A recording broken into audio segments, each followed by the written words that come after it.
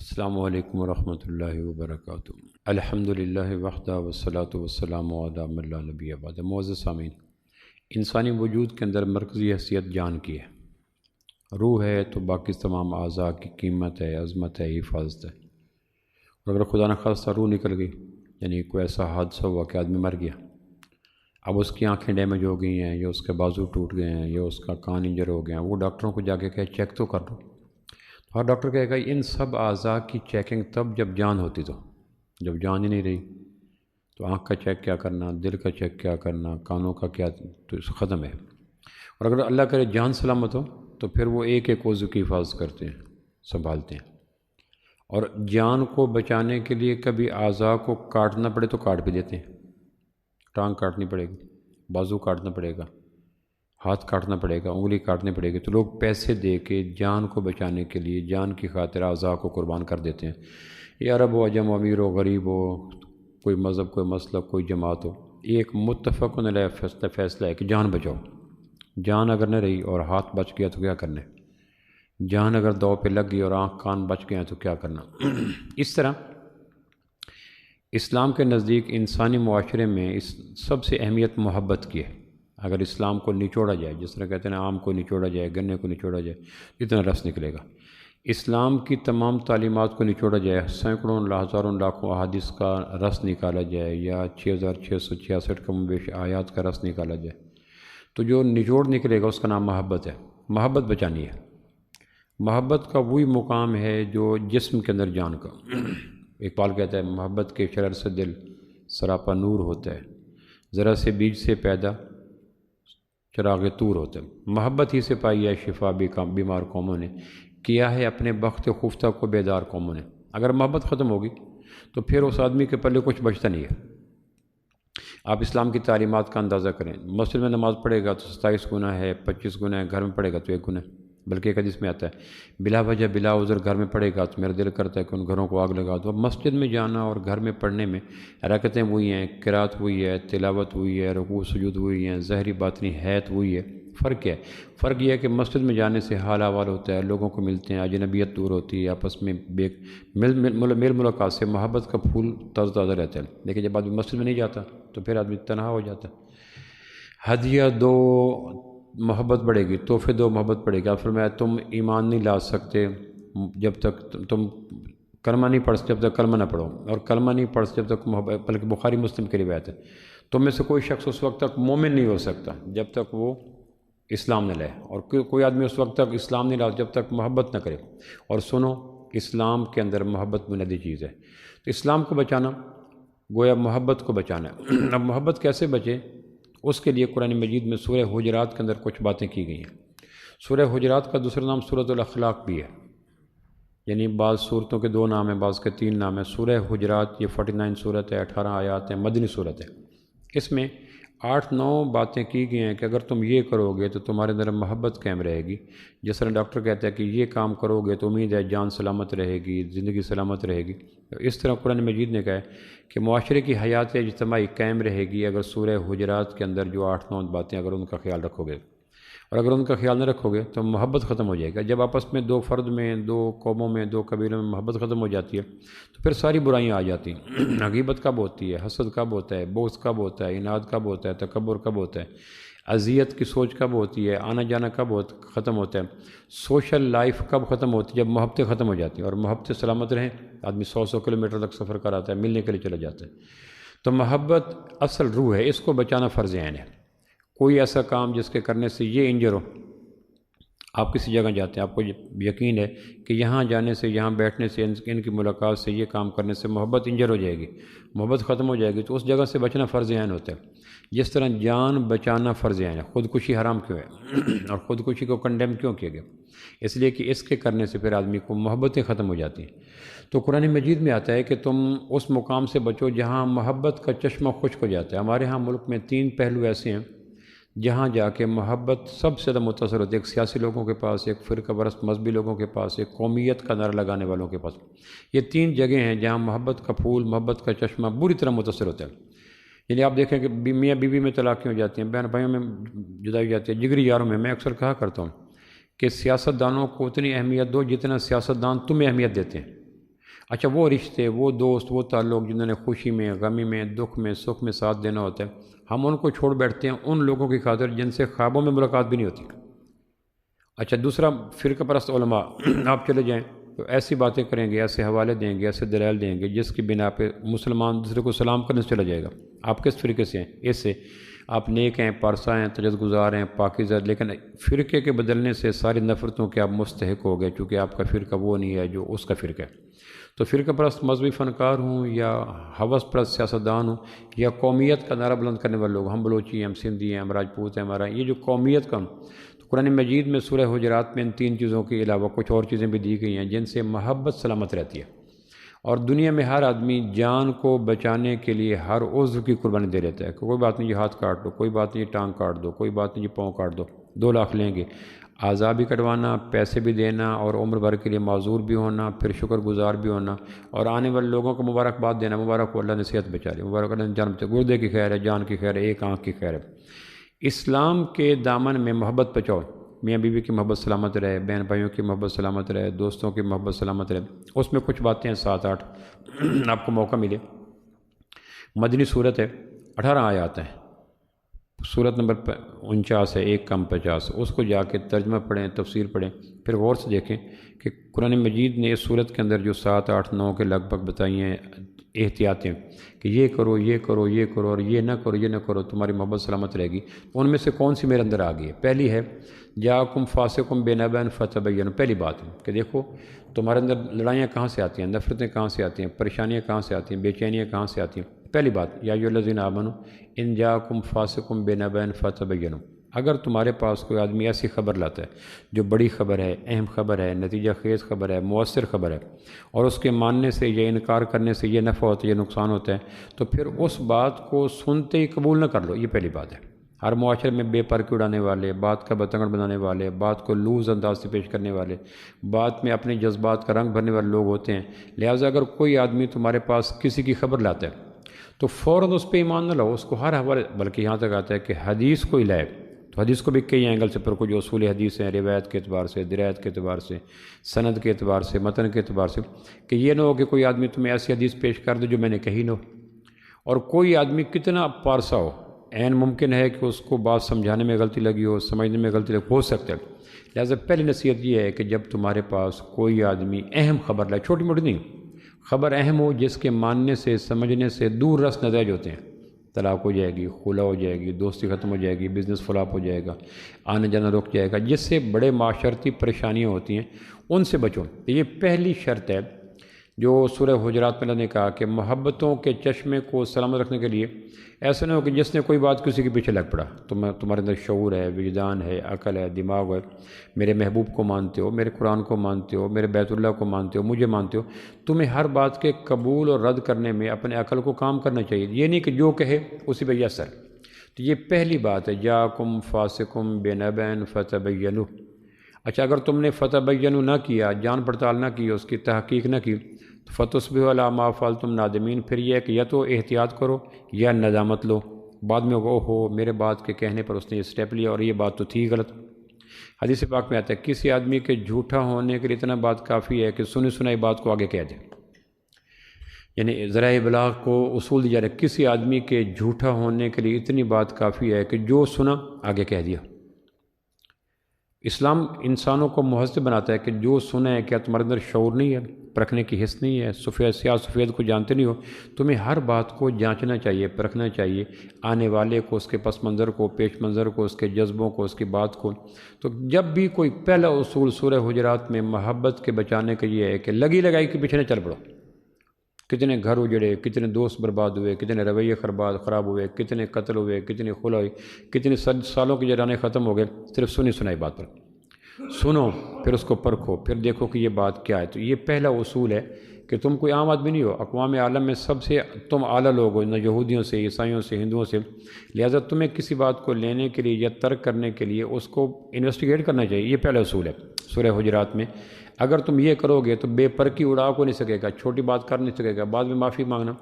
اس نے کہا تیز ہوائیں اگر معافی مانگ بھی لیں تو ان شاخوں کا کیا بنے گا جو درختوں سے ٹوٹ گئی؟ اگر آندھیاں معافی مانگ بھی لیں تو ان شاخوں کا کیا بنے گا جو درختوں سے ٹوٹ گئی؟ تم نے آ کے کہا جی معافی چاہتا ہوں کہ تمہارے فکرے کے کہنے سے جو تم نے مجھے پہلے کہا تھا میری بیٹی کو طلاق ہوگی، میری بیوی میرے سے دور ہوگی، میرے بچے میرے سے باغی ہو گئے، تو اب اگر تم معافی تلافی کرتے بھی رہو تو معافی کی تلافی کوئی نہیں۔ اس لیے قرآن کہتا ہے کہ بعد میں جو ندامت کہتے ہیں وہ غم جو سائے کی طرح ہمیشہ آدمی کے ساتھ چپٹا رہے، کہ یا احتیاط کرو بات کے قبول کرنے میں، اور اگر احتیاط نہیں کرتے تو پھر عمر بھر کی ندامت لو، کاش ہم یہ نہ کرتے یہ نہ کرتے، کتنا بڑا نقصان ہو گیا۔ جاءکم فاسقم بنبأ فتبینوا ان تصیبوا قوما بجہالۃ فتصبحوا علی ما فعلتم نادمین، کہ تم ایک ایسا دکھ لوگے گا جو زندگی بھر سائے کی طرح تمہارے ساتھ رکھے گا، بستر میں، لحاف میں، گھر میں، سفر میں، عذر میں نے کتنی غلط بات کی تھی، بغیر سوچے سمجھے پوچھے کر دی۔ اس لیے کہتے ہیں کہ مسلمان کوئی بات کرے تو وہ لوہے پہ لکیر ہے، چونکہ وہ مسلمان ہر بات کو کرنے سے پہلے سوچتا ہے کہ یہ بات کیسی ہے جس نے کی ہے۔ دوسری بات جو قرآن مجید کہتے ہیں سورہ حجرات میں محبتوں کو قائم رکھنے کے لیے، کہ اگر معاشرے میں دو بھائی لڑ پڑیں تو تم کیا کرو؟ انما المؤمنون اخوہ فاصلحوا بین اخویکم۔ اگر تمہارے نوٹس میں آ گیا ہے کہ وہ میاں بیوی یا وہ بہن بھائی یا وہ ماموں بھانجا یا چچا بھتیجے لڑ پڑیں تو پھر خاموش تماشائی نہ بنو، عین عبادت ہے ان کے بیچ میں جا کے صلح کروانا۔ یہ میں نے پچھلے جمعے میں عرض کیا تھا کہ جس معاشرے میں لڑنے والوں کی صلح کروانے والے کم ہو جاتے ہیں، پھر وہ آگ آگے پھیلتی ہے۔ جا پڑوسی کے گھر کی آگ بجھا، آگ کا کچھ پتہ نہیں ہوتا۔ دو آدمیوں کی لڑائی دو آدمیوں تک نہیں رہتی، بی شور۔ ہر آدمی اپنے موقف کو سچا ثابت کرنے کے لیے دوسروں کو جا کے دلیل دے کہ جی میں نے یہ کہا تھا، میں نے دھیرے دھیرے دو آدمیوں کا علاوہ پھڑتے بڑھتے پھر اس ایندھن میں کئی معصوم لوگ آ جاتے ہیں۔ اس لیے قرآن مجید نے دوسری بات یہ کی کہ لڑنے والوں کو تادیر لڑائی کی حالت میں مت رکھو، کوئی صورت بناؤ، خالہ، پھپھو، چچا، ماموں، دوست، احباب، خود نہیں جا سکتے تو کسی کو بیچ میں، اگر خود مؤثر نہیں ہے، بلکہ میں نے کہا تھا آپ کو امام ابوبکر جساس رحمہ اللہ کی کتاب ہے تفسیر احکام القرآن فقہ حنفی کی مستند تفسیر ہے، اس میں انہوں نے کہا کہ جس دو آدمی میں لڑائی ہوگی، دو آدمی کسی قبیلے کے تھے، ایک آدمی کی معاشی حیثیت ایسی ہے، سیاسی حیثیت ایسی ہے، مذہبی حیثیت ایسی ہے یا سماجی حیثیت ایسی ہے کہ وہ جانتا ہے کہ اگر میں چلا گیا تو ان میں صلح ہو جائے گی، تو اس پہ صلح کرانا فرض ہے۔ اگر وہ نہیں کروائے گا تو ایک واجب یا فرض کا تارک ہوگا، کہ قدرت نے تمہیں وہ سٹیٹس، وہ مقام، وہ حیثیت دی تھی کہ اگر تم چلے جاتے، کیونکہ دیر تک لڑے ہوئے جب رہتے ہیں تو وہ دو آدمی نہیں رہتے، اس تندور کا ایندھن بننے کے لیے کئیوں کو ڈالنا پڑتا ہے۔ نتیجتاً یہ تھوڑا ہے کہ یہ اسپیکر خراب ہو گیا تو پنکھے کو کچھ نہیں کہے گا، یقیناً بے جان چیز ہے، لیکن جب انسان دو لڑتے ہیں تو وہ دو فرد نہیں رہتے، پھر افراد بنتے ہیں، پھر قبیلے بنتے ہیں، پھر معاشرے بنتے ہیں، پھر قوم اور ملک اس میں شریک ہو جاتے ہیں۔ تو دوسرا کام یہ ہے کہ اگر لڑ پڑیں فاصلحوا بین اخویکم، تو پھر اپنے بھائیوں میں، قرآن یہ نہیں کہا کہ ان دو بھائیوں میں صلح کرو، قرآن کی ورڈنگ یہ فاصلحوا بین اخویکم، تمہارے بھائی ہیں، اپنے بھائیوں میں صلح کرو۔ تم کیسے آدمی ہو کہ تمہارے ایک ہاتھ میں درد اور پورا جسم اس درد کو محسوس ہی نہیں کرتا؟ جسم کے کسی حصے کو پریشانی اور پورا جسم معمول میں چلتا رہے تو یا پورا جسم مفلوج ہے یا وہ حصہ مفلوج ہے۔ تمہارے معاشرے میں، تمہاری دسترس میں، تمہارے قریب جاننے والوں میں، تمہارے تعارف میں دو خاندان، دو فرد ایسے جو لڑے ہیں، اور تم تسبیحات، عمرے، ذکر، اذکار، تلاوت، تہجد، اشراق، چاشت، اوابین میں لگے رہتے ہو، اور تمہاری آنکھوں میں نمی نہیں آتی، احساس نہیں آتا کہ جا کے صلح کروائیں، تو تم مفلوج آدمی ہو، کہ تمہیں پیرالائز ہو، پریشانی کوئی نہیں۔ عہد نبوت میں ممکن نہیں تھا کہ دو آدمیوں میں لڑائی ہو اور کوئی آدمی خاموش رہ سکے۔ میں نے پچھلی دفعہ بتایا تھا، غالباً مسلم کی روایت ہے کہ مسجد قباء کے قریب دو خاندانوں میں صلح کروانے کے لیے آپ نے ظہر کی نماز مسجد نبوی میں چھوڑ دی، بلال کو بھیجا کہ جاؤ ابو بکر سے جا کے کہو جماعت کروائے، میں صلح کروا کے آ جاؤں گا۔ اور اس لیے ایک حدیث میں آتا ہے کہ نفل نماز سے، نفل روزے سے، نفل صدقے سے اعلیٰ درجہ ہے صلح کروانا۔ اور اس لیے ایک حدیث میں آتا ہے کہ صلح کرانے کے لیے جو وقت نکالو گے، چل کے جاؤ گے، پیسے لگاؤ گے، سرمایہ لگاؤ گے، تو کار سنو گے، تلخ و شیریں باتیں سنو گے، اس نے یہ کہ اس نے یہ کہ 4-6 چکر لگیں گے، تو ایک ایک قدم پر ایک غلام کے آزاد کرنے کا ثواب ملے گا۔ اور یہ افراد میں بھی ہو سکتا ہے اور یہ فرد میں بھی ہو سکتا ہے۔ افراد میں ہو وَإِن طَائِفَتَانِ مِنَ الْمُؤْمِنِينَ اقْتَتَلُوا، اگر گروپ لڑ پڑیں تو ان کا کیا کرو؟ ہر آدمی کی صلح کروانے کی استعداد ہر آدمی میں نہیں ہوتی، لیکن جو صلح کرواتے ہیں ان تک ایکسیس تو ہے کہ ان کو جا کے کہو کہ آپ پہ واجب ہے، آپ اس خاندان کے بڑے ہیں، آپ کی مانتے ہیں، آپ کو انکار نہیں کرتے، آپ چلیں ساتھ۔ تو دوسری چیز یہ ہے کہ آپس میں صلح کرو۔ صلح بڑی نیک عمل ہے، بہت کمال کرنے۔ حدیث پاک میں آتا ہے شیطان سمندر پہ تخت لگا کے شام کو اپنی کارگزاری سنتا ہے شیطانوں سے کہ جو گئے ہوتے ہیں کام کرنے کے لیے، تم نے کیا کیا، قتل کروایا، تم نے کیا کیا، زنا کروایا، تم نے کیا کیا، چوری کروائی تم نے، تو وہ چپ کر کے بیٹھا رہتا ہے۔ تو ایک کانگڑی سا کمزور سا شیطان کھڑا ہوتا ہے، اس سے کہا تم نے کوئی کیا؟ اس نے کہا جی میں کچھ نہیں کر سکا۔ کہ پھر بولو صحیح، تیرے چہرے کی لعنت بتا رہی ہے کہ تو بڑا کام کر کے کہ جی میں نے دو میاں بیوی میں لڑائی کروا دی۔ تو وہ تخت سے، حدیث میں آتا ہے، تخت سے اٹھتا ہے، گلے لگاتا ہے کہ جو کام تم نے کیا وہ ان میں سے کوئی بھی نہیں کر سکے گا۔ یہ شراب کا پینا، جھوٹ کا بولنا وغیرہ یہ چھوٹے گناہ ہیں۔ تو شیطان کے نزدیک بڑا گناہ ہے مسلمانوں میں پھٹن پیدا کرنا۔ اس لیے میں نے کہا نا کہ وہ چیز جہاں آپ محسوس کریں کہ یہاں جانے سے مسلمانوں میں نفرت آتی ہے، وہ فرقہ پرست مولوی ہوں، وہ ہوس پرست سیاستدان ہوں، یا وہ قبیلہ پرست لوگ ہوں، تو ان سے دور رہو جس طرح بولے کتے سے دور رہتے ہو، کیونکہ ان کے قریب جانے سے آپ کا معاشرے میں پھٹن بڑھ چلی جائے گی۔ تو تیسری چیز ہے کہ صلح کرو، آپس میں خاموش نہ رہو۔ اس کو خاموش شیطان کہتے ہیں جو عبادات میں لگا رہے اور لڑنے والوں میں صلح کروانے کی کوشش نہ کرے۔ اس لیے ہے کہ اعلیٰ ادنا کے پاس جائے، اس لیے کہ معافی مانگو اور معاف کرو، یہ دو عظیم اصول ہیں قوموں کی سلامتی کے۔ اگر کوئی معافی مانگے تو معاف کرتا ہوں، اگر کوئی معافی غلطی ہو تو معافی مانگ لو، اور اگر کوئی معافی مانگنے کے لیے آئے تو میخ نہ نکالو، اس کے ماضی یاد نہ دلاؤ، یہ کیا تو یہ چھوڑ دو۔ اور تیسری بات جو قرآن مجید میں سورہ حجرات میں کہا گیا ہے، یا ایھا الذین آمنوا اجتنبوا کثیرا من الظن، بدگمانیاں نہ کیا کرو۔ اگر چھوٹی سی بات ہے، یعنی بدبخت دل و دماغ ہیں جن پہ بدگمانیوں کی جڑی بوٹی بڑی اگتی ہے، چھوٹی چھوٹی بات پہ بدگمانی سے یہ کیا ہوگا، یہ کیا ہوگا، یہ کیا، تو جس دل و دماغ پہ بدگمانیاں زیادہ اگتی ہیں وہ یقیناً پھٹن کا باعث ہوتا ہے۔ دو آدمی کھڑے ہیں بدگمانی، حضرت عمر نے دیکھا ایک میاں بیوی مدینہ کے باہر کھڑے تھے، حضرت عمر نے کہا لوگوں کو بدگمان نہ کرو، مدینہ میں چلے جاؤ شہر۔ اس نے کہا اجنبی آدمی ہیں، یہاں ٹھہرے ہیں، شام ہو گئی، ہم نے جانا تھا کسی جگہ پناہ لینے کے لیے۔ حضرت عمر نے کہا ایسی جگہ پہ کیوں کھڑے ہو جہاں لوگوں کو بدگمانیوں کا موقع ملتا ہے۔ حدیث پاک میں آتا ہے کہ وہاں وہ کام مت کرو جو لوگوں کو بدگمانی کا باعث کرے، بدگمانی پھر بڑھتی ہے تو پھر دشمنی میں بڑھ چلی جاتی ہے، بدگمانی نہ کرو۔ اجتنبوا کثیرا من الظن ان بعض الظن اثم، کہ بدگمانی کر۔ حضرت ابن مسعود کے پاس ایک آدمی پکڑ کے لے کے اس نے شراب پی ہے، تو وہ کھڑا تھا پاس، تو انہوں نے کہا میں نے تو کوئی نہیں دیکھا۔ بدگمانی سے بچنے کے لیے ہر ممکن دل و دماغ کو استعمال کرو۔ اگر دل و دماغ فوراً بدگمانی پہ آمادہ ہے تو یہ بدترین زمین ہے جس میں بدترین کڑوے پودے اگتے ہیں، اور اگر بدگمانی کے آگے بیریر لگاتے ہیں تو پھر آپ محبت پھیلاتے ہیں کہ یہ اس نے شراب پیا ہے۔ اب یہ واضح بات ہے کہ میں نے تو کوئی نہیں دیکھا۔ انہوں نے کہا یہ ہم نے دیکھا ہے، کہ تمہاری آنکھیں نبی کی آنکھیں تو نہیں ہیں جو غلطی نہ کھا سکے۔ انہوں نے اپنی آنکھوں کا پیش کیا کہ ہم دو آدمی چار آدمی نے خود دیکھا ہے کہ تمہاری آنکھیں کوئی نبی کی آنکھیں جس پہ وہی کا پیر اور وہ خطا نہیں دیکھ سکتی۔ انہوں نے کہا یہ قطرات دیکھ، داڑھی پہ قطرات تھے، کہ یہ قطرات پانی شراب کے چھوڑے ہیں پانی کے بھی ہو سکتے ہیں۔ انہوں نے کہا اس کا منہ سونگھ کے دیکھ لو۔ اس نے کہا جی مجھے کیا ضرورت ہے، اتنے وہ آدمی رو پڑا کہ اتنی صفائی تو میں اپنی نہ بیان کر سکتا جتنی آپ نے میری کر دی۔ یعنی حدیث میں آتا ہے کہ بدگمانی کر کے لوگوں کو گناہوں پہ جری مت کرو، حدیث میں آتا ہے بدگمانی کر کے لوگوں کو گناہوں پہ جری مت کرو۔ جب کسی پہ آپ بدگمان ہو گئے تو اس نے کہا بدگمانی تو ہونی تھی، اب کام کر دو۔ وہ جو بخاری مسلم کی روایت ہے کہ 99 قتل کیے، اس نے کہا میری بچت ہے کرنے کے، کوئی نہیں، تو اس نے 100 مکمل کر دی۔ اگر بچت کی صورت کو بناتا تو خود بھی بچ جاتا، اس کو بچا لیتا۔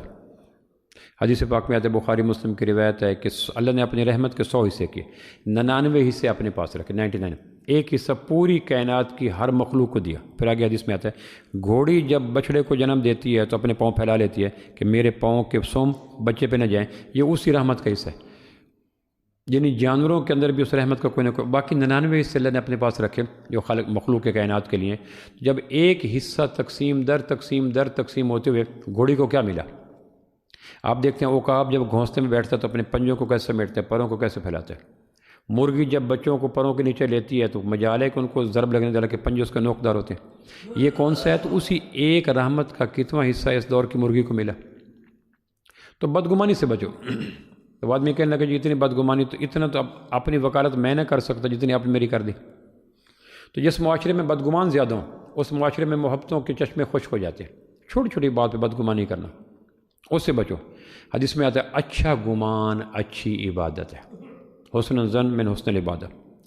دینداروں کو مرض یہ زیادہ لگتا ہے دینداری کے کرنے کی وجہ سے کہ دوسروں کو جگہ جگہ بدگمان کر دیتے ہیں۔ تو بدگمانی سے بچو۔ انہوں نے کہا جی میں نے تو کوئی نہیں دیکھا کہ اس کو شراب پیتے ہوئے نہ میں، تو اس نے کہا جی اللہ آپ کو جزائے خیر دے، میری اندر کے لیے توبہ۔ حضرت عمر کے گھر میں گئے، میں نے بتایا نا کہ وہ دو میاں بیوی کھڑے تھے۔ آپ فرمایا یہاں کیوں کھڑے ہو، لوگوں کو بدگمانی پہ آمادہ کیوں کرتے ہو؟ ایسے کام نہ کرو۔ آپ کسی بچے کے متعلق کہ مجھے پتہ چل گیا، تو کہ ٹھیک ہے اب چل گیا پتہ تو ٹھیک ہے۔ یعنی بدگمانی کرنے والے لوگوں کو گناہوں پہ جری کرتے ہیں۔ اور ایاکم والظن ان بعض الظن میں اسم ولا تجسسوا، ٹو نہ لگایا کرو۔ لوگوں کی پرائیویٹ زندگی میں گناہ تلاش کرنے کی نیت سے جانا یہ گناہ ہے۔ کہتے ہیں کہ جس آدمی کے گناہ آپ نے ٹو لگا کے نکالے اس کو نصیحت کرنا حرام ہے۔ جس آدمی ایک ہے اتفاقاً گناہ کو سامنے آ جانا، اتفاقاً، ایک ہے کہ ریکی کر کے کہ یہ کرو اور تلاش کر کے اس کے گناہوں کو سامنے، اس کو تجسس کہتے ہیں کہ تجسس کرنے والے کو کوئی حق نہیں کہ لوگوں کو برائی پہ روکے، چونکہ وہ برائی پہلے خود کر چکا ہے۔ کسی کو برائی سے روکنا ہو تو 4 شرائط ضروری ہیں۔ پہلے یہ کہ آپ کے دل میں اس کی سچی محبت ہے، دوسرا آپ کی محبت، سچی محبت کا اس کو اندازہ ہے، تیسرا جو گناہ سامنے آیا وہ گناہ آپ نے ٹوہ سے نکالا ہے یا اتفاقاً سامنے آ گیا، اور چوتھا یہ کہ اس گناہ کو روکنے کے لیے آپ نے پالیسی بنائی ہے، یہ چلتے پھرتے فکر ہے کہہ دیا کوئی کہہ رہا تھا کہ آپ یہ بات ہے، اگر یہ تو چھوڑ دو، پھر آگے چھوڑ دو، یہ نہیں کہ اسی بات کو رگڑ لگا کے اس کو سامنے کھڑا کر دو، سلپری انداز میں کہہ دو کہ مجھے کسی نے کہا تھا کہ آپ سگریٹ پیتے ہیں لیکن میں نے اس پہ اعتبار نہیں کیا، اگر ایسی بات ہے تو چھوڑ دو۔ جب کسی گناہ کے اوپر اس کو پالیسی بنا کے رگڑتے ہیں تو پھر آگے آدمی کھڑا ہو جاتا ہے مقابلے میں کہ ٹھیک ہے۔ تو تجسس سے بچو، ٹو مت لگاؤ۔ حضرت عمر ایک آدمی کے گھر میں گیا، شراب پی رہا تھا، حضرت عمر کمرے مکان کی پچھلی طرف سے چھلانگ لگا کے گئے، کہنے کہ اللہ کے دشمن تو پکڑا گیا۔ اس نے کہا کیوں؟ کہ شراب پی رہا ہو۔ انہوں نے کہا جی میں نے ایک گناہ کیا، آپ نے 3 گناہ کیے۔ کہ کون سے؟ کہ تجسس سے قرآن نے منع کیا، ولا تجسس۔ قرآن نے کہا دروازوں سے آؤ، آپ پشت سے آئے، اور قرآن نے کہا لوگوں کی پردہ پوشی کرو، آپ پردہ داری کر رہے ہیں۔ یعنی کتنے گناہ ہیں جو تجسس سے اور ٹو لگانے سے آدمی کے وجود میں آ جاتے ہیں اور غلطی سے آ جاتے ہیں۔ ولا ایاکم، پڑھی کیا سیاد کو جی؟ ولا یغتب بعضکم بعضا، اور غیبت نہ کیا کرو۔ ایحب احدکم ان یاکل لحم اخیہ، تم میں سے کوئی ایسا ہے جو، اب اس میں سے مردار کا گوشت کھانا کتنی بری بات ہے، مردار میں بھائی مرا پر اس کا گوشت کھانا کتنی بڑی بات ہے، اور پھر اس بھائی کو بھی یہ کہنا کہ تمہارا سگا بھائی ہے۔ یعنی تشبیہ اتنی خوفناک ہے کہ کوئی آدمی اس تشبیہ کو گہرائی سے سن بھی نہیں سکتا۔ ایحب احدکم ان یاکل لحم اخیہ میتا، بھائی ہو مرا پڑا ہو اس کا گوشت کو پسند کرتے ہیں۔ پھر اس بات کو سوالیہ انداز میں کیا، یہ نہیں کہ مجھ میں سوال، کیا تم میں سے کوئی پسند کرتا ہے بھائی مرا پڑا گوشت؟ اس سے بچو۔ یا ایھا الذین آمنوا لا یسخر قوم من قوم عسیٰ ان یکونوا خیرا منہم ولا نساء من نساء عسیٰ ان یکن خیرا من ولا، یہ اچھا، یہ 4 باتیں ہوگی کہ تجسس نہ کرو، بدگمانی نہ کرو، اور تیسرا غیبت نہ کرو۔ میں نے بتایا تھا غیبت 4 چیزوں سے بنتی ہے۔ یہاں بالعموم ہمارے یہاں کسی گناہ کو اس لیے کر لیتے ہیں کہ وہ گناہ سمجھتے نہیں۔ کسی کی برائی بیان کرنا، نمبر 2 وہ موجود نہ ہو، پہلی بات وہ موجود نہ ہو، نمبر 2 برائی اس میں موجود ہو، نمبر 3 جذبہ رسوائی کا ہو، اور نمبر 4 وہ سامنے آئے تو آدمی موضوع بدل لے۔ ان 4 چیزوں کے مجموعے کو غیبت کہتے ہیں۔ یہ 4 چیزوں کے ساتھ اگر کوئی غلطی کر لی بیت اللہ میں، حتیم میں، حرم میں، گنبد خضرا میں، پھر بھی وہ گناہ ہی گناہ ہے۔ اور اس کی بخشش کی صورت یہ ہے کہ اگر تو وہ ہماری غیبت اس تک پہنچ گئی ہے تو اس سے جا کے معافی مانگی جائے، اور اگر اس تک نہیں پہنچی تو اللہ سے معافی مانگی جائے، اس کی تعریف فضائل بیان کی جائیں، تاکہ لوگوں کے دلوں میں جو اس کی نفرت کاشت کی تھی وہ محبت میں بدل جائے۔ اس لیے یہ تیسری ہے۔ اچھا دوسری ہے ولا لا یسخر قوم من قوم، مذاق نہ کیا کرو۔ مذاق اور مزاح میں فرق ہوتا ہے، یہ نفرت پیدا کرنے والے اعمال کے آگے باندھا جا رہا ہے۔ حضرت عمر رضی اللہ کسی ایسے شخص کو گورنر نہیں بناتے تھے جس کے مزاج میں مذاق زیادہ ہوتا تھا۔ حضرت عمر کا مزاج تھا کہ جس شخص کے مزاج میں مذاق زیادہ ہو اس کو گورنر نہیں بناتے تھے، کہنے کہ اس کی تو حیثیت کا مقام کوئی نہیں باقی رہتا۔ جو آدمی ہر وقت مذاق کرتا رہتا ہے تو گویا وہ دوسروں سے کہتا ہے کہ تم بھی میرا مذاق کرو۔ مذاق کرنے والے کے دل میں تکبر ہوتا ہے، اور جس کا مذاق کر رہا ہو تو اس کی حقارت ہوتی ہے، ورنہ مذاق ہو ہی نہیں سکتا۔ آدمی باپ کا مذاق کیوں نہیں کرتا، پیر و مرشد کا مذاق کیوں نہیں کرتا، استاد کا مذاق کیوں نہیں کرتا؟ مذاق کے لیے یہ شرط ہے کہ جو کر رہا ہے وہ متکبر ہے، اور جس کا کر رہا ہے وہ حقیر ہے۔ ایسے لا یسخر قوم من قوم، کوئی آدمی کسی قوم کا مذاق نہ اڑائے۔ مذاق اور مزاح میں کیا فرق ہے؟ مزاح میں کہتے ہیں کہ بات حقیقت پہ مبنی ہو، اور بات میں رسوائی مقصد نہ ہو، اور بات ہلکی پھلکی کی جائے جس میں دونوں شریک ہو جائیں، اس کو مزاح کہتے ہیں۔ اور مذاق کہتے ہیں بات حقیقت پر مبنی نہ ہو، جذبہ رسوائی کا ہو، اور ذلیل کرنے کا، ڈیگریڈ کرنے کا ہو، اس کو مذاق کہتے ہیں۔ لا یسخر قوم من قوم، ایک کوئی آدمی دوسرے کا مذاق نہ اڑائے۔ حدیث پاک میں آتا ہے مذاق دشمنی کا بیج ہے، اور دوسرا آتا ہے کہ مذاق سے لوگ ایک دوسرے سے پھٹ جاتے ہیں۔ تو مذاق نہ کرو، زیادہ مذاق کرنے سے لا یسخر قوم من، کوئی مرد کسی مرد کا نہ کرے، کوئی عورت کسی عورت کا نہ کرے۔ قرآن مجید میں عام مزاج یہ ہے کہ جب قرآن حکم دیتا ہے نماز پڑھو تو اس میں عورتوں خود بخود آ جاتی ہیں، روزہ رکھو، لیکن یہ وعد ہے یا ایھا الذین لا یسخر قوم من قوم عسیٰ ان یکونوا خیرا منھم ولا نساء من نساء ان یکن خیرا منھن، کہ عورتیں عورتوں کا مذاق نہ اڑائیں، کیونکہ مذاق اڑانے والا دراصل یہ ثبوت دے رہا ہوتا ہے کہ میرے دل میں تمہاری عظمت کوئی نہیں، اور جب یہ دوسرے کو احساس ہو جائے کہ میرے دل میں، اس کے دل میں میری عزت کوئی نہیں، تو وہ نیندرا ڈالے گا، وہ بھی مذاق کرے گا۔ مذاق ہاتھ سے ہو، آنکھ سے ہو، زبان سے ہو، کسی انداز سے بھی جس میں دوسرے کی حقارت مقصود ہو، ذلت مقصود ہو، رسوائی مقصود ہو، اسلام ایسے عمل کو پسند نہیں۔ لا یسخر قوم، نہ مرد مردوں کو اڑائیں، نہ عورتیں عورتوں کو اڑائیں۔ کیوں؟ اس لیے کہ ممکن ہے وہ تم سے بہتر ہو، آگے قرآن میں عسیٰ ان یکونوا خیرا منھم، ممکن ہے تم سے بہتر ہو۔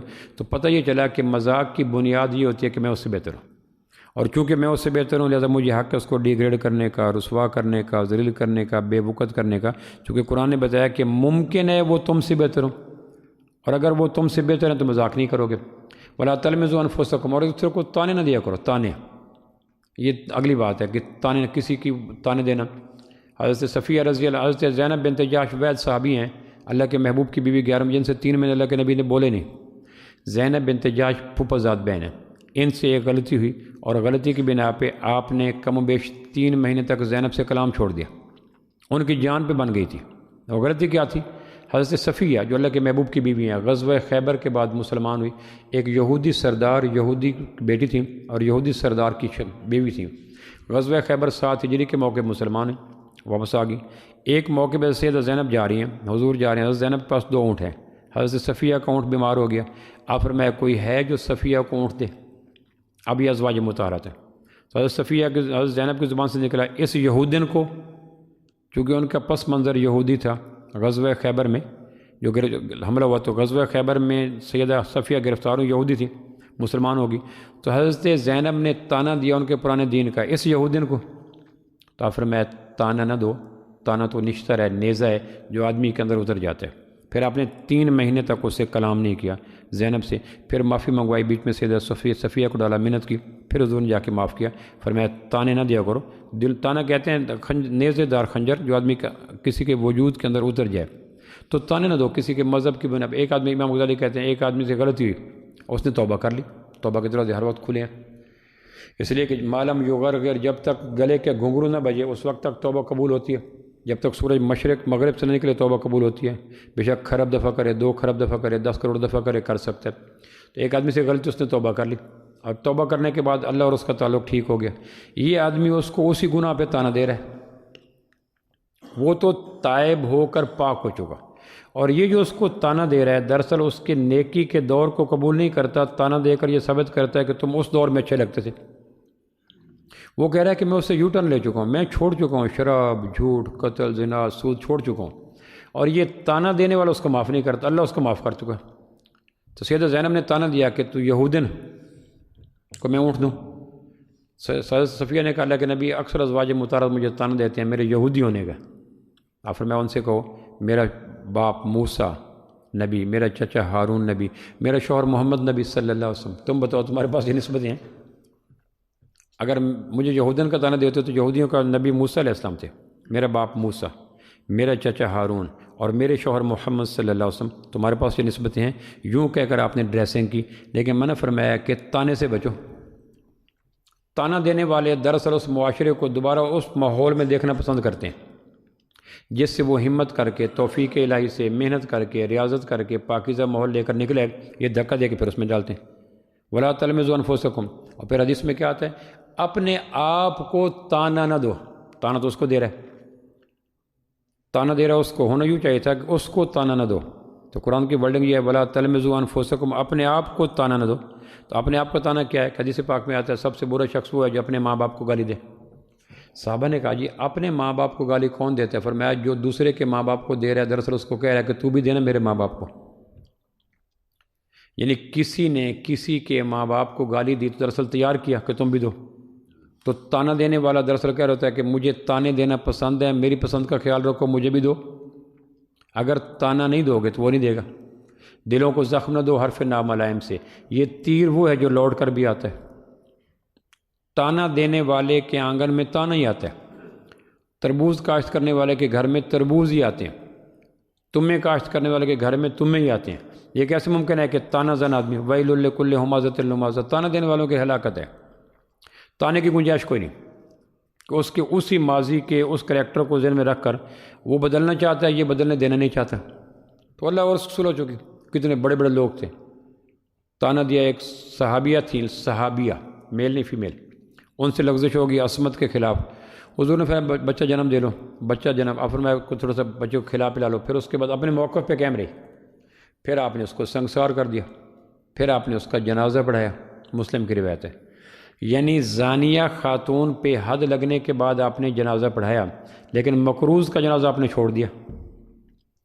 آپ اس سے اندازہ کریں کہ قرض لے کے مرنا کتنی بڑی بات ہے کہ زانیہ خاتون کا جنازہ مسلم کے بقول اللہ کے محبوب نے حد کے بعد پڑھایا، لیکن مصلی پہ کھڑے فرمایا اس نے کسی کے دینے پیسے کے جہاں کتنے، آپ پھر مصلی سے نیچے اتر آئے کہ جبریل کہتے ہیں کہ آپ مقروض کا جنازہ نہ پڑھائیں یہاں تک کہ قرض کی ادائیگی کوئی ذمہ نہ لے۔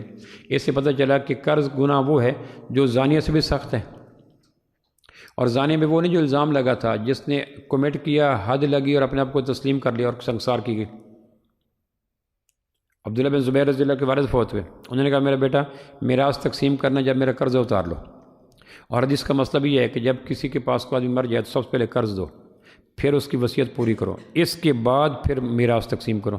4 سال تک حضرت عبداللہ رضی اللہ عنہ حج کے موقع پہ اعلان کرتے رہے، مینا میں، عرفات میں، مزدلفہ میں، مجمع میں، کہ کسی نے میرے باپ زبیر سے پیسے لینے ہو ہم میراث روک کے بیٹھے ہیں، ایسا نہ ہو کہ پیسے میراث سے زیادہ ہو جائیں اور ہم تقسیم کر دیں پھر ہمیں دے گا کوئی نہیں۔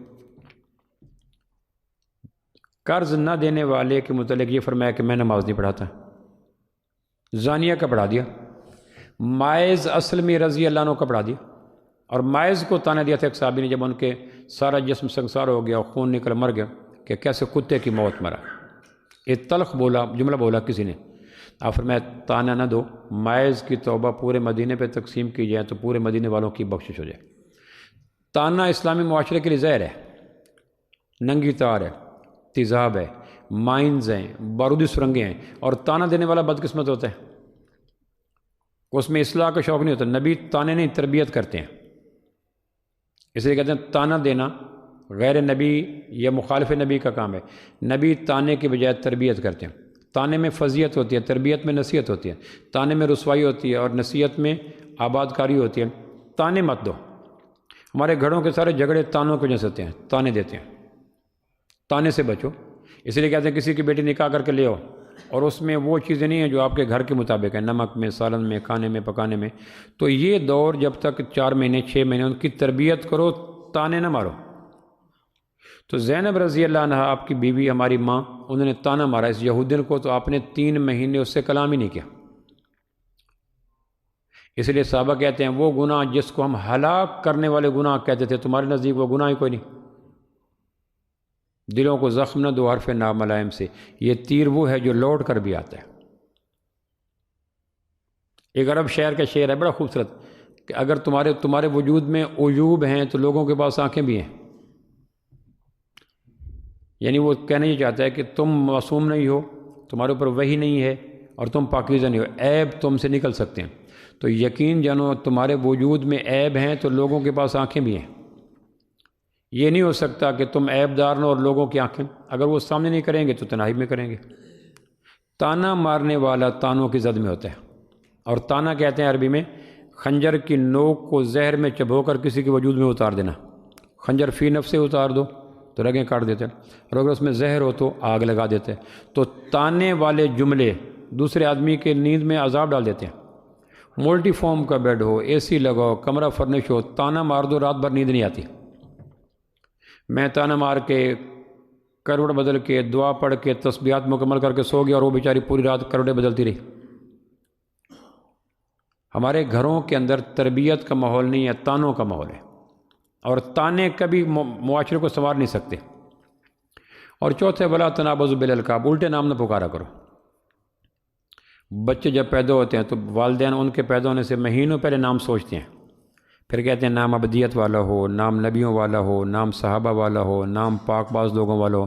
وہ نام اس لیے ہوتا ہے کہ مسلسل نام کے پکارنے سے اس کے وجود میں تبدیلی آ جاتی ہے۔ آپ نے کہا برے نام نہ رکھو، برے نام آپ بدلتے تھے باقاعدہ۔ وہ نام جن سے تکبر آتا ہے، وہ نام جن سے مذمت آتی ہے، وہ نام جن سے برائی آتی ہے، آپ بدلتے تھے۔ فرماتے ہیں کہ نبوت کے کاموں میں ہے برائی جس روپ میں نکالا جائے۔ آپ کی 2 بیویوں کے نام برہ تھے، برہ کے معنی نیکی۔ اب جب وہ آئے تو آپ نے کہا برہ ہے، تو اتفاقاً برہ نہیں تھی، سید زینب کا نام تھا، برہ نہیں تھی۔ آپ فرمایا نبی کے گھر میں نیکی نہیں ہے تو کہاں ہوگی؟ نام بدل دیا۔ حضرت عمر کے ایک بیٹے کا نام آسیہ تھا، کہ آسیہ ہے کہ گنہگار مسلمان، عین الف سواد، الف مال سے نہیں آسیہ۔ آپ فرمایا نبی صحابی کے گھر میں گنہگار عورت، نام بدلو۔ یعنی ہر وقت الٹا نام پکارنے سے آدمی کی شخصیت میں ڈینٹنگ پینٹنگ ہو جاتی ہے، تعمیری کام نہیں رہتے۔ آپ نے کہا اچھے ناموں سے پکارا کرو۔ میں نے ایک آدمی کو کہا میں آپ کو نام سے پکارنا چاہتا ہوں، کس نام سے پکاروں؟ حدیث میں آتا ہے اپنے بھائی کو اس نام سے پکارو جس سے وہ پکارا جانے کو پسند کرتا ہے، اس سے محبتیں بڑھتی ہیں۔ اور اگر الٹے نام پکاریں گے، اور اگر الٹے نام پکارنے کی مجھے قدرت ہے تو الٹے نام پکارنے کی اس کو بھی طاقت تو ہے۔ اچھا کبھی کبھی یوں ہوتا ہے کہ ایک دفعہ کسی کا نام الٹا آپ نے سن لیا، پھر عمر بھر اس کی شخصیت کا تاج محل کھڑا نہیں ہوتا۔ جب وہ سامنے آتا ہے، اس کا الٹا نام سامنے آتا ہے تو آدمی کی ہنسی چھوٹ جاتی ہے۔ گویا ایک غلط کام کرنے کی وجہ سے وہ آدمی جو اپنی عزت کو بچانے، عزت 4 نمبر کی چیز ہے۔ آدمی وقت دیتا ہے تاکہ مال کمائے، مال دیتا ہے تاکہ جان بچائے، اور جان دیتا ہے تاکہ عزت بچائے۔ تو عزت 4 ٹاپ پہ ہو گئی نا۔ میرے پاس وقت نہیں، تو جب اچھا آپ کو اتنا مال ملے گا، وقت دو، تو آدمی سمندر پار چلا جاتا ہے۔ 5 لاکھ ملیں گے ماہانہ، آپ چلے جاؤ، تو جس کے پاس آدھا گھنٹہ نہیں وہ 5 سال کے لیے چلا جائے گا۔ تو وقت دے کر مال کماتے ہیں، پھر اس کو پتہ چلا خدا نخواستہ کینسر ہو گیا، 5 لاکھ لگیں گے، تو وہ کمائی دے کے جان بچاتے ہیں۔ پھر کہتے ہیں عزت بچے گی اگر جان جائے گی۔ تو آدمی مال بھی، وقت بھی، جان بھی، عزت خاطر، اور تانا مارنے والا اس کی عزت پہ حملہ کرتا ہے۔ اور اسلام کے نزدیک عزت جان سے بھی زیادہ عزیز ہے۔ الٹے نام پکارنے سے گھروں میں نہ پکارو، نیک نیم اور چیز ہے، وہ محبت کی بنیاد پہ ہوتے ہیں، ہمارے گھروں میں جو رکھے جاتے ہیں۔ لیکن جو الٹے نام ہوتے ہیں، برصغیر پاک و ہند میں یہ ذوق زیادہ عام ہے، الٹے نام پکارنا۔ میں بیٹھا تھا مسجد میں، تو ایک آدمی آیا، 2 آدمی کہہ رہے، 2 بیٹھے لڑکے بیٹھے تھے۔ ایک نے کہا ریڈار آ گیا، ریڈار وہ جو جہازوں کے نہیں ایسے گھومتی ہے مشین، جس سے وہ پتہ چل جاتا ہے کہ جہاز آ رہا ہے یا نہیں آ رہا، ریڈار۔ اچھا میں نے پتہ نہیں کہا ریڈار کے پیچھے دیکھا تو ہمارے محلے کا ایک بہت بڑا معزز آدمی تھا، کونسلر تھا، وہ آ گیا۔ اب میرے ذہن میں وہ ریڈار کا لفظ فٹ ہو گیا۔ میں نے اس سے پوچھا ریڈار کیوں کہتے ہو؟ اس نے کہا یہ نماز میں ایسے کرتے رہتا ہے۔ ہوتا نہیں بعض اوقات پہ جہاں تک نگاہ پھر سکے وہاں تک، ممکن ہے کوئی جہاز رینج سے نکل نہ جائے۔ اب وہ اس کے بڑا معزز آدمی، نیک آدمی، لیکن ایک نام الٹا آ گیا تو شخصیت زیرو ہو گئی۔ مجھے آیا کہ قرآن مجید نے کیوں کہا ولا تنابزوا بالالقاب، لوگوں الٹے نام نہ پکارا کرو۔ بئس الاسم الفسوق بعد الایمان، کہ مسلمان ہونے کے بعد تمہیں کوئی کافر کے اچھا لگے گا؟ عزت جیسی چیز کے اوپر ایٹم بم پھینکتے ہو الٹے نام لے کر، یقین جانا جب تک وہ فوت نہیں ہوا میرے ذہن سے اس کی عظمت ایسے گری کہ مت پوچھو۔ اور ان 2 بے وقوفوں کی وجہ سے جنہوں نے الٹا نام پکار دیا۔ اور ہمارے محلوں میں نام عام ہوتے ہیں۔ مدینہ آپ تشریف لے گئے تو مدینہ کے لوگوں کو الٹا نام رکھتے تھے، ان کا مزاج تھا جیسے بعض لوگوں میں ہوتا ہے۔ تو آپ سنتے ایک آدمی نے فلاں کو نام پکارا، آپ نے سمجھا شاید یہ نام سے پکارتے ہوں کہ آپ نے اس کو نام کو اسی نام سے پکارا۔ اس نے کہا اللہ کے نبی یہ مجھے چھیڑنے کے لیے پکارتے ہیں، آپ مجھے اس نام سے پکارا۔ اب فرمایا مجھے پتہ نہیں، پھر اب فرمایا لوگوں کو الٹا نام نہ پکارا کرو، اس سے شخصیت ڈیمیج ہو جاتی ہے۔ اب یہ جو قرآن کہتا ہے کہ دیکھو جو تمہارے پاس کو خبر لے کے آئے تحقیق کرو، ورنہ عمر بھر کی ندامت سائے کی طرح تمہارے ساتھ چمٹ جائے گی۔ اور یہ جو کہتا ہے کہ تمہارے نوٹس میں جب کوئی آ جائے کہ 2 قبیلے، 2 فرد، 2 گھر لڑے ہوئے ہیں تو خاموش تماشائی نہ بنو، اپنے ہونے کا احساس دو اور ان کے بیچ میں صلح کی کوششیں کرو، ورنہ یہ دائرہ بڑھتا چلا جائے گا، ایندھن بڑھتا چلا جائے گا، اور ایک وقت آئے گا کہ اس تندور میں تمہیں بھی نفرتوں کا ایندھن بن کے استعمال ہونا پڑے گا، حالانکہ ڈے 1 سے تم نہیں تھے۔ اور وہ جو کہا گیا کہ ایک آدمی ہو یا خاندان، پھر کہا گیا کہ دیکھو الٹے نام نہ پکارو، تانے مت دو، اور ایک دوسرے کے عیب ظاہر نہ کرو۔ پھر یہ نہیں کہا کہ انہوں نے کہا تم اپنے آپ کو تانا مت مارو، پھر کہا تجسس نہ کرو، ٹو نہ لگاؤ، غیبت نہ کرو، پھر کہا یہ کام اگر پہلے ہو چکے تو چھوڑ دو، اب توبہ کر لو، اللہ معاف کر دے گا۔ یہ وہ چند بنیادی باتیں ہیں جو سورہ حجرات، جس کو سورۃ الاخلاق کہتے ہیں، میں پھر عرض کروں گا، قرآن مجید کی 49 نمبر سورت ہے، اس صورت کے اندر 9 باتیں کی گئی ہیں کم و بیش. 9 باتوں کو میں پھر ایک دفعہ اس کو سمرائز کر دیتا ہوں. سب سے پہلے کہ جب تمہارے پاس کوئی خبر لے کے آئے تو اس کو کیا کرنا ہے؟ تحقیق کرنی ہے. اس کو بتائے بغیر کہ میں تمہیں جھوٹا جانتا ہوں کہنے کہ نہیں، خبر وہ ہو جس کے اثرات دور رس ہوں. اور پھر دوسری بات یہ ہے کہ اگر تمہارے نوٹس میں ہو کہ فلاں خاندان، فلاں فرد، فلاں قبیلہ، اس میں لڑائی کی بنا پہ ناچاکی ہو چکے ہیں، 6 سال سے بچی ادھر آ کے بیٹھی ہے، تو اس کے لیے کوئی جن نہیں آئیں گے، کوئی فرشتے نہیں آئیں گے، کوئی دوسرے ملک کے یہودی سے عیسائی نہیں آئیں گے، تمہیں حرکت میں لانا پڑے گا. فَأَصْلِحُوا بَيْنَ أَخَوَيْكُمْ، تمہارے بھائی ہیں. اور میں نے عرض کیا تھا اخن عربی کا لفظ جس کو بھائی اخن، اس کے 2 جمع اخوتن اخوانن. اخ عربی میں بھائی کو کہتے ہیں، اس کی 2 جمع اخوتن اخوانن. اگر تو بھائی ہو ماں شریک اس کی جمع اخوتن، اور اگر بھائی ہو نظریہ جیسا ایک جیسا نظریہ اس کی جمع اخوان. اللہ نے یہ کہا انما المؤمنون اخوتن، مومن تو میرے نزدیک سگے بھائیوں کی طرح ہیں. یعنی پہلے تو یہ کہا کہ میرے نزدیک تم سگے بھائیوں کی طرح، تمہیں لڑنا نہیں چاہیے. لیکن اگر کڑ ہو ہی جائے، وَإِن، اگر، یہ نہیں کہ پالیسی بنا لو، اگر قرآن مجید نے کہا اگر لڑ پڑے تو وَإِن طَائِفَتَانِ انما، میرے نزدیک تم سگے بھائی ہو. اور پھر اگر ان میں ہو جائے تو فَأَصْلِحُوا بَيْنَ أَخَوَيْكُمْ، یہ نہیں کہا کہ ان 2 بھائیوں میں صلح کروا دو، کہا یہ کہ اپنے 2 بھائیوں میں صلح کروا دو. تم بھائی ہو، اللہ سے ڈرو، رحم تاکہ تمہارے اوپر رحم کیا جائے. کل کلاں تمہیں بھی اس ایندھن کوئلے کا اور تندور کا ایندھن بننا پڑے گا. اور اگلی بات یہ کہ دیکھو الزام نہ لگاؤ، تانے نہ مارو، اور غیبت نہ کرو، اور الٹے نام نہ پکارو. یہ کام کرو گے تو تمہارے اندر پریشانی بڑھ جائے گی. یہ ہیں سورہ حجرات کو سورۃ الاخلاق کہنے والی. اب سب سے پہلے فائدہ یہ ہے کہ ان چیزوں کا ہم اپنے اوپر دیکھیں کہ یہ روحانی امراض ہیں. آدمی ہر چیز برداشت کر سکتا ہے، محبت کی کمی برداشت نہیں کر سکتا. انسان انس سے نکلے، انس کے بغیر انسان رہ نہیں سکتا. موبائل لے لیں، گھنٹوں کے بعد آپ تھک جائیں گے، لیکن خالہ کے پاس بیٹھنا، پھپھو کے پاس بیٹھنا، یہ عین دین ہے. اس دین کو ہیل اپ کرنے. دوسرا یہ ہے کہ جتنی میں نے سزا دی ہے، کیا اتنی سزا کا مستحق بنتا تھا؟ جس بات پہ میں لڑا، کیا یہ بات 3 سال تک قطع تعلقی کی اجازت دیتی تھی؟ اور اگر نہیں دیتی تھی تو میں ملزم سے مجرم ہو گیا کہ میں نے سزا وہ دی، سزا تھی تھپڑ کی، اور اس کو اب ہاتھ کاٹ دیے. شریعت جو کیٹیگرائز کرتی ہے یہ واجب ہے، یہ سنت ہے، یہ مستحب ہے، یہ مباح ہے، کیوں کرتی ہے؟ کہ ہر عمل کی حیثیت تمہیں پتہ ہوگا، سزا دینے میں احتیاط کرو گے. یہ نہیں کہ نفل پہ سزا وہ دو جو فرض کے چھوڑنے پہ دینی تھی. میرا جو ان سے قطع تعلقی ہو چکی ہے تو جس بنیاد پہ ہوئی تھی، یہ بنیاد 3 سال تک سلام چھوڑنے کی اجازت دیتی ہے؟ یہ اس میں ذاتی اناد آ گیا ہے، ذاتی عزت آ گیا. تو اس لیے ان چیزوں کو کوشش کی جائے. اور یہ چیزیں وہ ہیں جو معاشرے میں اگر ان کا خیال نہ رکھا جائے تو معاشرے میں نفرتوں کا پانی ایسے آتا ہے جس طرح بلندیوں سے، پہاڑوں کے چوٹے سے نشیب کا پانی آتا ہے. اور ایک دفعہ کسی بادام کے چھلکے میں کریک آ جائے تو پھر شبنم کا پانی بھی کڑواڑ پیدا کرتا ہے. حالانکہ شبنم کا قطرے کتنے خوبصورت ہوتے ہیں، لیکن پہاڑی لوگ کہتے ہیں کہ اگر بادام کے چھلکے میں کریک آ جائے اور اس میں شبنم کا پانی بھی چلا جائے تو کڑوا لگتا ہے. آپس میں تو تکار ہو جائے تو نیکیاں بری لگتی ہیں. یہ انسانی مزاج ہے. حج پہ حج کرتا ہے، عمرے پہ عمرہ کرتی ہے تو پھر برائیاں، نیکیاں بھی اچھائیں برائیاں لگتی ہیں. اور اگر محبت پیدا ہو جائے تو برائیاں بھی اچھائیں لگتی ہیں. اس لیے بنیادی چیز یہ ہے کہ ہم ان چیزوں کا خیال رکھیں. اور پھر میں آخر پہ کہتا ہوں اگر موقع ملے تو یہ 9 چیزیں لکھ کر ایسی جگہ پہ لٹکائیں جہاں میری اور آپ کی نگاہیں زیادہ پڑیں، اور پھر ہم اس کے ایکس رے میں دیکھتے رہیں کہ کیا یہ خامیاں، یہ نقائص جو محبت سوز ہیں، پیار کو ختم کرتی ہیں، معاشرے کی وحدت کو تارہ تارہ کرتی ہیں، اس سے بچا جائے. چونکہ محبت نکل گئی تو معاشرے میں سے جان نکل گئی.